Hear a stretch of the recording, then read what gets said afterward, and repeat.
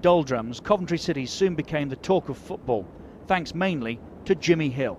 Well, I'd met the then chairman, Derek Robbins, at a social evening with Jim Laker. I remember he knew Derek and I didn't beforehand, but he introduced me and we sat together and talked about football and football management and things like that. And I had no idea that at the back of his mind after that evening, he was thinking about me as the manager. But he did invite me to come up and be his guest and watch Coventry play in a cup tie against Kings Lynn.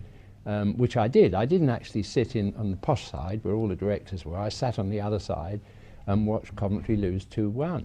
And I thought, my goodness, Kings Lynn, now where do they come from? And Derek also thought that would be my complete loss of interest in wanting to manage Coventry City. But it worked the other way because you can't do any worse than that, losing in the cup at home to a non-league side. So on that basis, I thought it was a wonderful time to start with Coventry low in the division, out of the cup, right at the bottom, because there's only one way to go, that was up. It was my first full-time management job, so anything was exciting, really. Having been a player, and knowing very little about it, because as a Fulham player I wasn't anything to do with the management there. My coaching was just to do with getting the team to win matches on the field. So then suddenly to be called boss, I mean, that was a funny thing for me, because it wasn't in my vocabulary. Nobody was boss, and that's why I didn't like it. And so I asked the players if they would call me JH. And that, in fact, it was someone that had suggested it as an idea. I've forgotten which one it was now. And I said, that sounds a very good idea. I'll be JH. And I still am JH. George Curtis still calls me JH. John Sillett when I see him. It's quite weird. The past has overwhelmed us, as it were. After arriving as manager in 1961, he turned the whole club on its head, introducing the Sky Blue kit, a Sky Blue song, and most importantly, 2 promotions. Something was happening at last. We were with prospect of doing something, going somewhere. I mean, we hadn't been a bad team, but we just hadn't been doing anything very exciting or different or whatever. And it needed him to light the blue touch paper, and then we all stood back and watched the rocket go up. It really was an amazing time. You can't describe it. You can't describe it. And although we get excitement here now, it still doesn't match what Jimmy Hill gave us. He was a great innovator and had terrific ideas, and I understand different ideas in training as well, and certainly did a fantastic job at Coventry City. They owe a lot to him. The atmosphere in the ground was electric, because the club rarely lost at home. You know, in the period from say 1962 to 1967, the club only lost about 8 or 10 home games, if that. The actual Sky Blue thing, in fact I'm quite sure, came from probably Derek Henderson, who was the local reporter in those days. And there was a headline that they used, Sky Blue, because we had a new Sky Blue kit, and the local paper, Coventry Evening Telegraph, must take the credit for doing the first Sky Blue in print. And from there it caught on, and it was perfect really for the for the purpose for which we went into Sky Blues, for people to know about Coventry City Football Club and that it was on its way up. He brought in the Sky Blues, he brought in the Sky Blues song, and we always used to have a sing-song on the coach, and he would lead the singing, you know, he'd be standing there in the front conducting the boys all singing away. We actually wrote the words to Let's All Sing Together, Play Up Sky Blues on a Saturday evening when John Campkin, who was then a director, and he did commentary on other football club matches, and he came home on the Saturday night and we said, we haven't got a song, what are we going to do about it? I said, well, the Eton Boating song it's a nice, I've always thought that was a pleasant little singable lyric, shall we say, but why don't we do our own lyrics? So the two of us, over a bottle of wine, sat down and wrote Sky Blue song. Let's all sing together, play up Sky Blues. While we sing together, we will never lose. Let's all sing together, play up Sky Blues.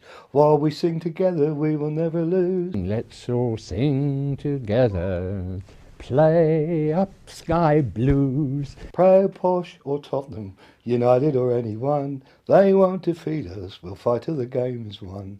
And everybody be singing it to their heart's content, you know. Great.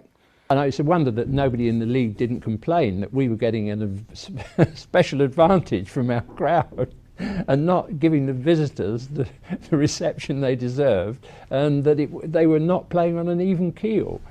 With the likes of George Curtis, John Sillett, Bill Glazier, George Hudson and Ian Gibson in the side, Coventry soon became a force. Suddenly I get a phone call from James Hill, who'd just taken over his first manager's job at Coventry, who said to me, "John, you're going to be my first signing."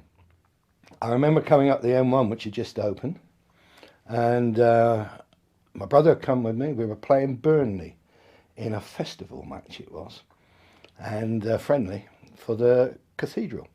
And I arrived, and when I saw the ground, I couldn't believe it. I couldn't get my breath. I said, "What have I done, Pete?" He said, "Well, come on." He said, "It'll be all right. Let's go and look at the pitch." Well, when we looked at the pitch, it was on a big slope. And I said, I need one leg longer than the other one to play here. And I looked at Jimmy, I said, "What have you done to me?" He said, "It's all going to be changed."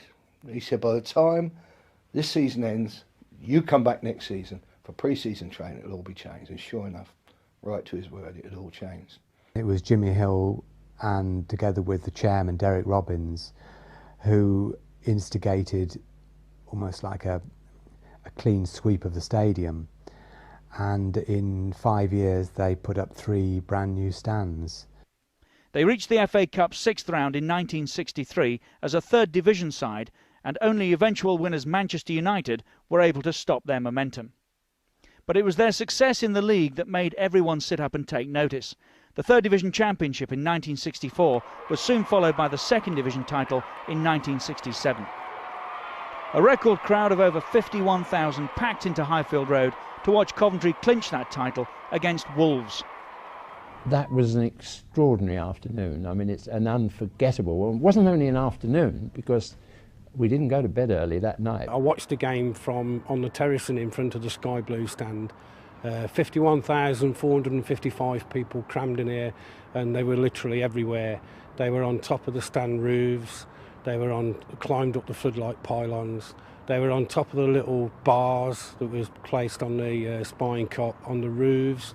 Well, I always used to stand on a stool that was my granddad's, and I was stood there over at the spine cop end, and as the crowd got bigger and bigger, I was gradually being moved away from a stool, and I was being shifted down and supported miles from a stool.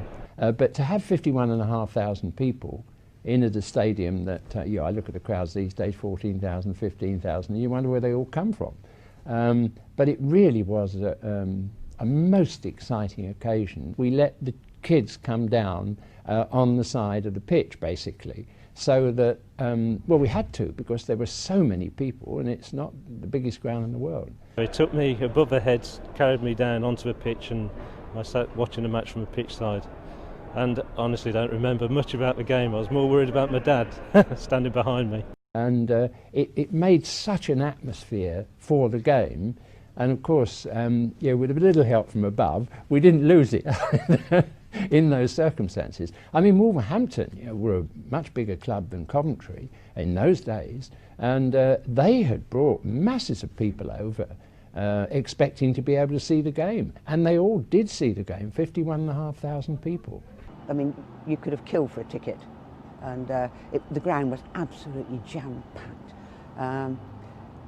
And the atmosphere, I mean, you couldn't be, and when we'd won the game and we knew we were going up, I mean, I've never felt a feeling like that before. It was the sort of thing in weak people would have induced a heart attack, But it carried us for months afterwards, that did, We were so excited about seeing the big teams and meeting the big boys, who we used to beat in the Premier League and First Division. It was the bread and butter sides that we had trouble with, but we used to give the big teams, always gave them a good game.